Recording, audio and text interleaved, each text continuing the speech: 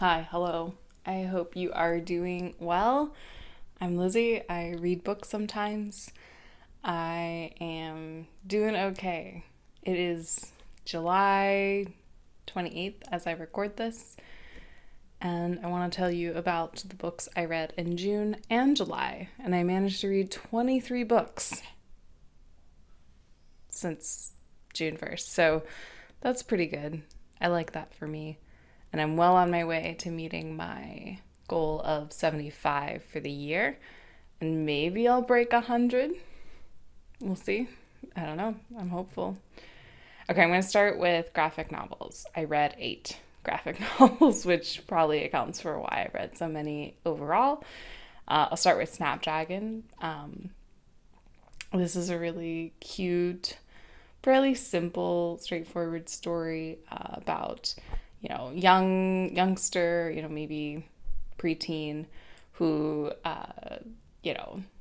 their friend is coming out as trans, and, it's kind of a gender queer affirming story overall. I won't give it away, but basically, we follow this main character, and they're learning and getting excited about archaeology, bones, and kind of the natural world, being outdoors, and then meeting a witch in the town, and kind of a friendship, maybe an odd couple friendship, develops, and secrets are uncovered.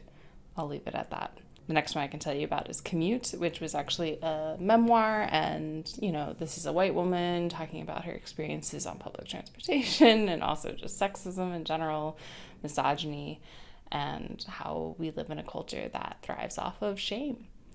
I guess nothing that, say, a Scarlet Letter wouldn't also be telling you, but obviously heightened by the illustrations and, playing with text and how it, shows up on the page.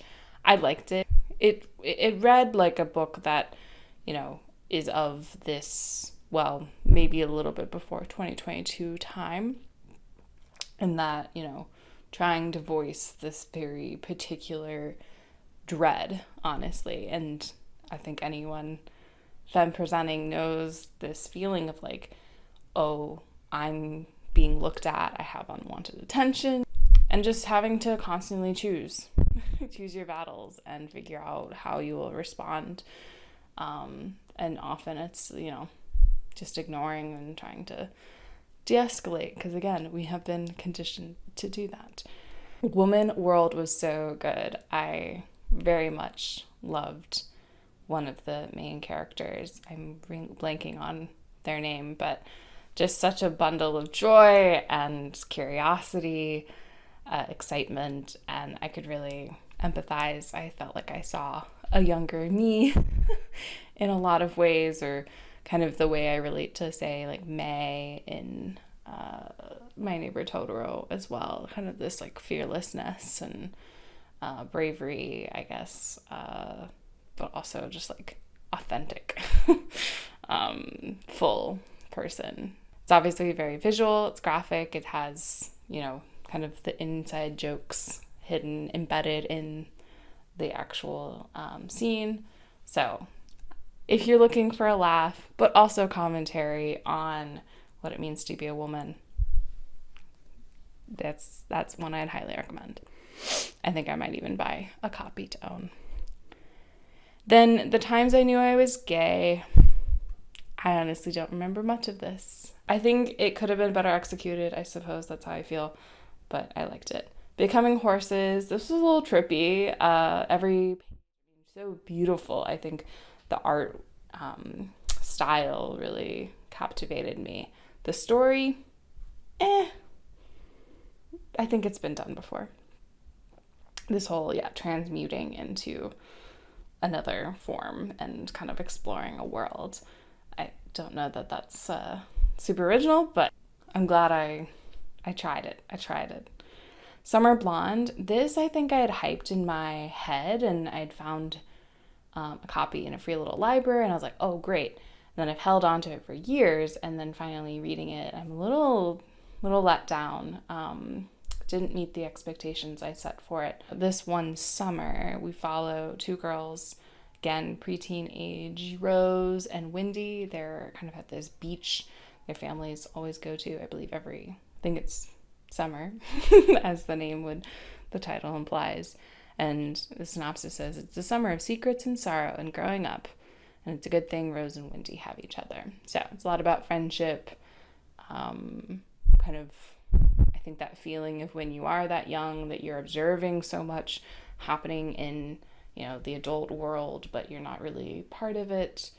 A lot of beach imagery made me want to s'more. Overall, pretty decent. And I think that author might be local, or at least I think I've read other things by this author, or I want to read more.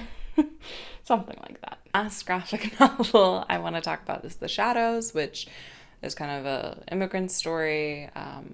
We follow a unnamed big brother and a little sister as they try and journey away from the village that is no longer safe to live in, and through treacherous landscapes.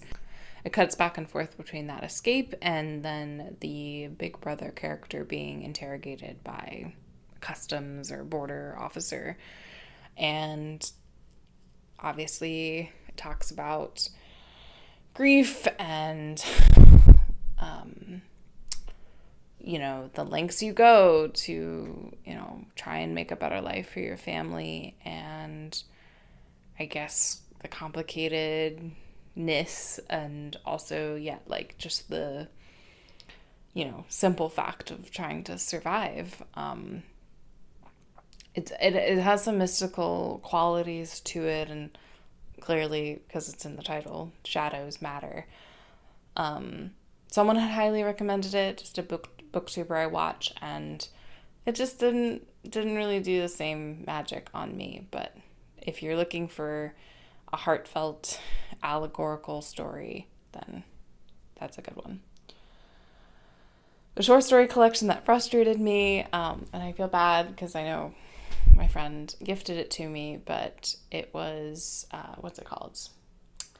And I Do Not Forgive You, Stories and Other Revenges. I just really could not even picture the stories very well. Something about their length or somehow the entry point, like where we enter, I just couldn't ground myself in any characters or setting, or even the micro plottiness of these stories. So I'm really curious, others who liked it, what they took away, because for me, it's just so not even, I don't even remember what they're about. Okay, the next one I actually have to show, and of course it's underneath the whole pile here, but it is very short. It's probably the shortest thing I read. Can you tell? And it's Mary Ventura and the Ninth Kingdom, which is a Sylvia Plath story. We're following a character taking a train journey, and let's see. Yeah, it's a fateful train journey at that. I'm kind of on a break from some literary fiction, but I made one exception for Sarah Moss's Summerwater because I'd put it on hold and then kept needing to renew it for many weeks. But it's set in Scotland. It's rainy. There are all these different cottages. This is what I imagined. I think this is correct. But different cottages, different families, and we get different vignettes. And we maybe bounce between 3 or 4 families and maybe get like 2 or 3 vignettes per family. It was really sweet. I didn't know what to expect. I'd read one other Sarah Moss this year, but I listened to it as an audiobook. And that's something that bothered me, was just how much, just text. No breaks, just straight text. Kind of felt Sally Rooney-esque in that way. It was really challenging me to pay attention and notice when dialogue was happening and what was dialogue, what was monologue, inner monologue. But overall, I think that was a great read, and I think I picked the right time to read it. It had some summer aspects to it, so that's that. And then I want to say, 6 nonfiction titles. I'm going to quickly breeze through them. If you're not a big nonfiction reader, skip over this. But You're Not Listening by Kate Murphy. That's not an accusation if you just tuned out. But it's about, the practice of listening, what we could be doing differently. It had some good insights. To me, it shows that, there's still lack of understanding of what listening really means. It should not just be, getting ready to say what I want to say, but actually taking it in. 4,000 Weeks, Time Management for Mortals. This is a reflection on, time management is a myth. There is no work-life balance. It is just all life at the end of the day. And there were plenty of things that I definitely screenshotted and want to return to at some future day. Maybe I never will return to those screenshots. Do you ever feel that way about digital clutter? I'm getting ahead of myself. Basically, he posits that we all have about 4,000 weeks. How are we going to live our life? What do we want to do differently? And I don't know, it made me think that for the most part, I'm very satisfied with how I've chosen to divvy up my hours and day. Of course, there's just certain demands of late capitalism that I can't escape. But if anything, it made me say, get more sleep. Sleep is important. We Were 8 Years in Power by Ta-Nehisi Coates is a collection of his essays that he published for The Atlantic during the Obama administration. If you want criticism, if you want, race consciousness, class consciousness to be embedded in, these stories, read it. Cultural criticism. Do you like it? Do you not like it? I think that will very much, wherever you hinge there, will determine if you want to read this. It's not like his other book, but Between the World and Me, that worth reading. This also worth reading, but probably would have meant more if I read it at the time when they were first published, perhaps. But it's cool that it exists as a collection. I don't know. I don't have much more to say on it. And then Do It Anyway. This is one of my favorite authors, if not favorite people, who I really have just kind of latched onto. I've enjoyed their newsletter as well. And this book chronicles, I want to say, 6 or 7 young activists, and that is kind of broadly applied to people who are educators, people working in nonprofit, people working in philanthropy, I suppose. And then none of the above, just awesome filmmaker, human. Just, they're all great humans at the end of the day. And it helped me understand why this author is as close with Dina Simmons as she is. Dina Simmons is this rock star, incredible educator.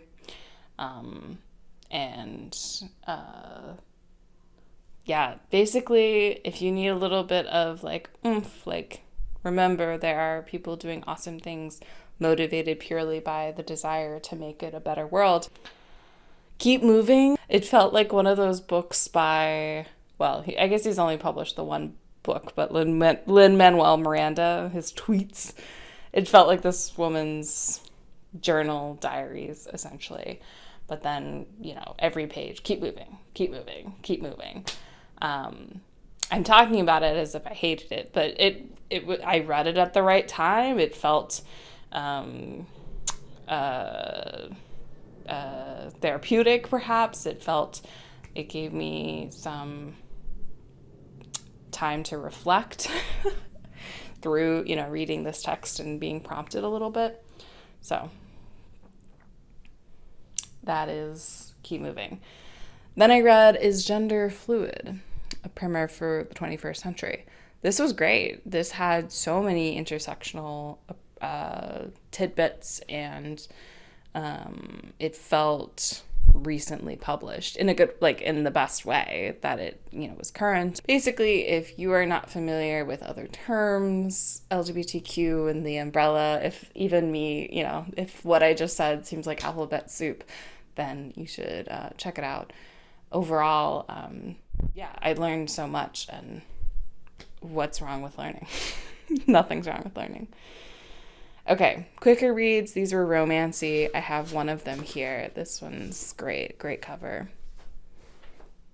Vladimir by Julie May Jonas. This got a lot of booktube hype and buzz. And we follow a woman in her late 50s, her husband also that age. They're both professors at a university.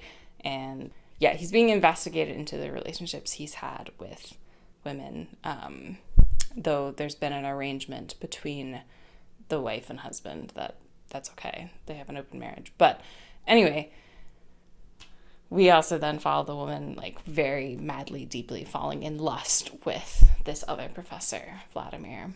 There's one plot point in it that made me laugh, and kind of took me off surprise, but I was like, oh, that's clever. I like that. And tells me this author is like aware of technology and like portrays older people also being with technology, which I strangely like. I appreciate that. That was nice. With it, kind of. Anyway, you just have to read it for this very small bit that I'm talking about. It's cute. Good read. Thank you, Book of the Month. They didn't sponsor me. I just had ordered it.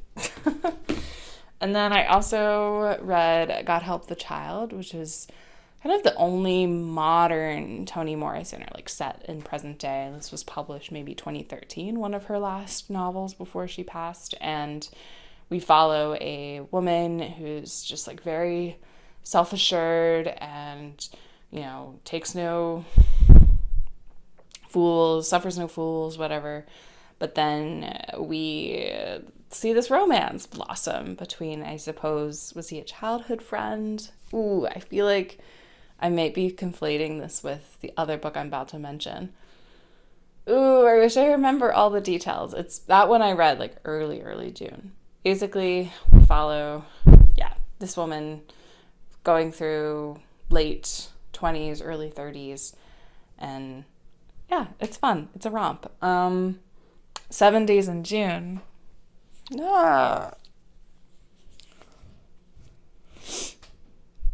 7 Days in June by Tia Williams chronicles a high school sweetheart love story. We have a main character who has chronic migraines, and that is represented. And I've heard from other people who similarly have that chronic health condition that it felt like a good representation.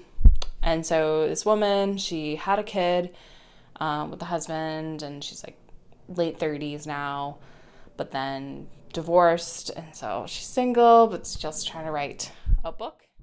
And evidently her high school sweetheart also went on to be an author, and I'll leave it at that.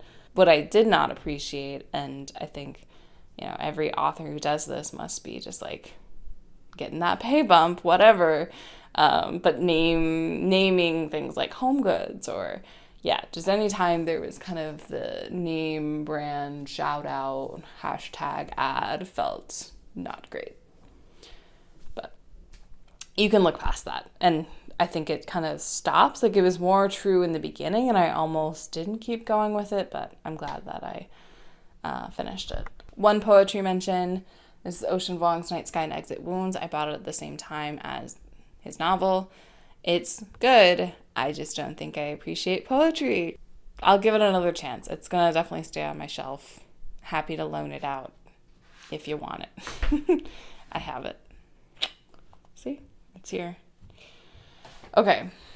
Then the last two. Yeah, these are the last two. Dun dun dun. Parable of the Sower, Octavia Butler. I flagged just a couple things, but I'm glad I worked my way through it. It was kind of slow going, but I wanted that experience. And overall, you know, such a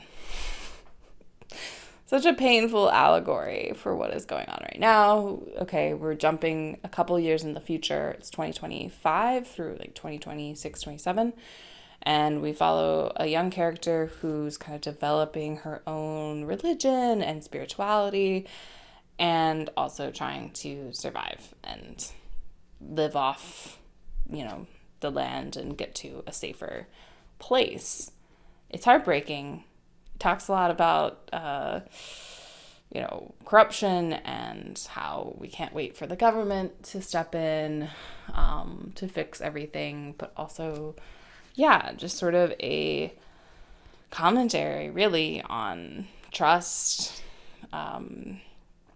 and what it means to feel and, actually care about other people, the responsibility to look out for one another, family, all of that.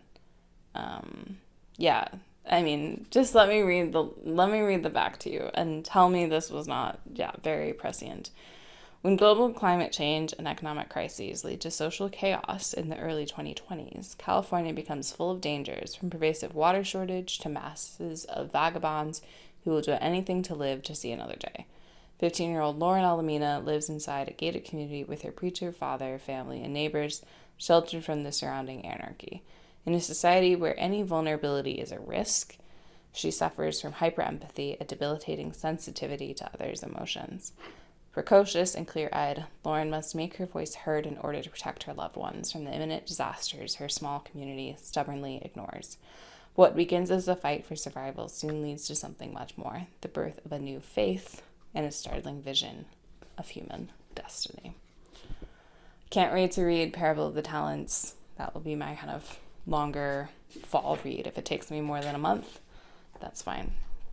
And then I was feeling quite homesick, and so picked up and just quickly made my way through Space Heart, which is a memoir in stages by Linda Buckmaster. So Linda was one of the first children to receive open heart surgery. That's a fact that gets mentioned, but it's also about her life and kind of the experiences of growing up on the Space Coast, and she calls it that, which is so lovely. So Space Coast is like east, near Cape Canaveral, where of course we see the Apollo missions and then later space shuttles. And it's basically my childhood. I loved... Okay, here's a moment that I called out. Everyone in Florida has rough, cracked heels from going barefoot or wearing sandals all the time, but these feet were different from mine. These were foreign heels. I understand this might not mean as much to you if you didn't grow up where Linda grew up, but if you did, it's really sweet. And she really, I don't think she knew my mom, but they have a very similar, grew up in Miami and then came up to Central Florida. So I'm moving this book around a lot. Okay, did I give you enough information about these books? I hope so.